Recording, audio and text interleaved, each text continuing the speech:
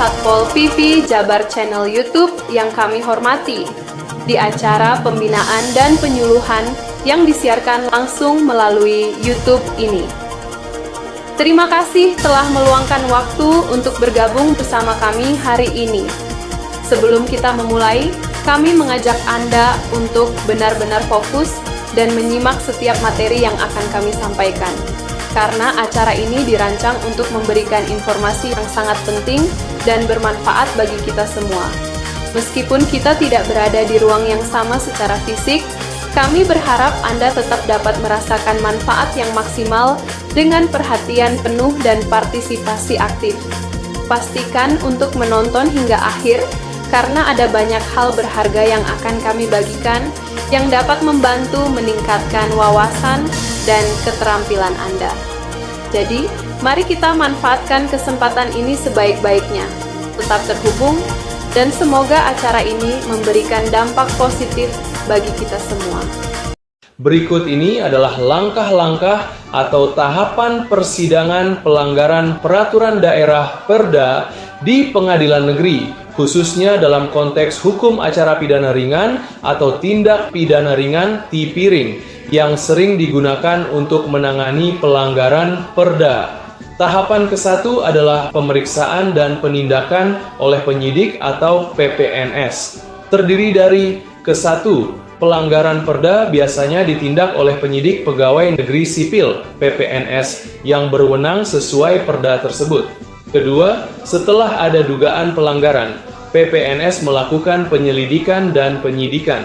Ketiga, jika ada bukti pelanggaran, maka dibuatkan berkas perkara. Selanjutnya, tahapan kedua adalah pelimpahan perkara ke kejaksaan dan pengadilan, terdiri dari ke-1.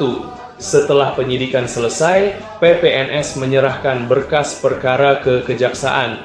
Kedua, kejaksaan kemudian melimpahkan perkara ke pengadilan negeri untuk disidangkan. Selanjutnya, tahapan ketiga adalah penjadwalan sidang. Terdiri dari ke-1, pengadilan menetapkan hari sidang. Kedua, pihak yang diduga melanggar, terdakwa, dipanggil untuk hadir di sidang. Untuk tahapan keempat adalah persidangan tipiring di pengadilan negeri. Dalam pelaksanaan proses persidangan perkara pelanggaran Perda ini dilakukan secara sederhana dan cepat karena termasuk dalam kategori tindak pidana ringan tipiring sesuai dengan pasal 205 KUHAP yang terdiri dari 3 tahap. Tahap pertama adalah tahap persidangan yang terdiri dari ke-1, pembukaan sidang oleh hakim. Kedua, identifikasi terdakwa. Ketiga, pembacaan dakwaan oleh PPNS selaku kuasa jaksa penuntut umum. Keempat, pemeriksaan saksi dan alat bukti. Selanjutnya, kelima, pemeriksaan terdakwa. Keenam, tuntutan dari jaksa atau PPNS yang diberi kuasa menuntut. Ketujuh, pembelaan dari terdakwa apabila ada keberatan atas tuntutan dakwaan. Terakhir, ketujuh, putusan hakim.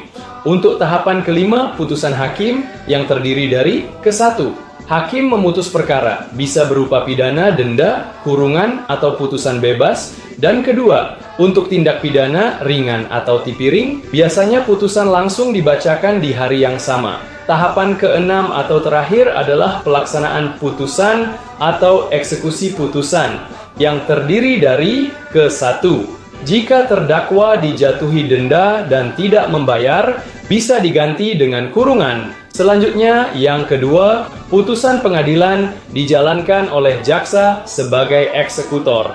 Demikian saya informasikan langkah-langkah atau tahapan persidangan pelanggaran peraturan daerah Perda di pengadilan negeri, khususnya dalam konteks hukum acara pidana ringan atau tindak pidana ringan yang disingkat dengan tipiring.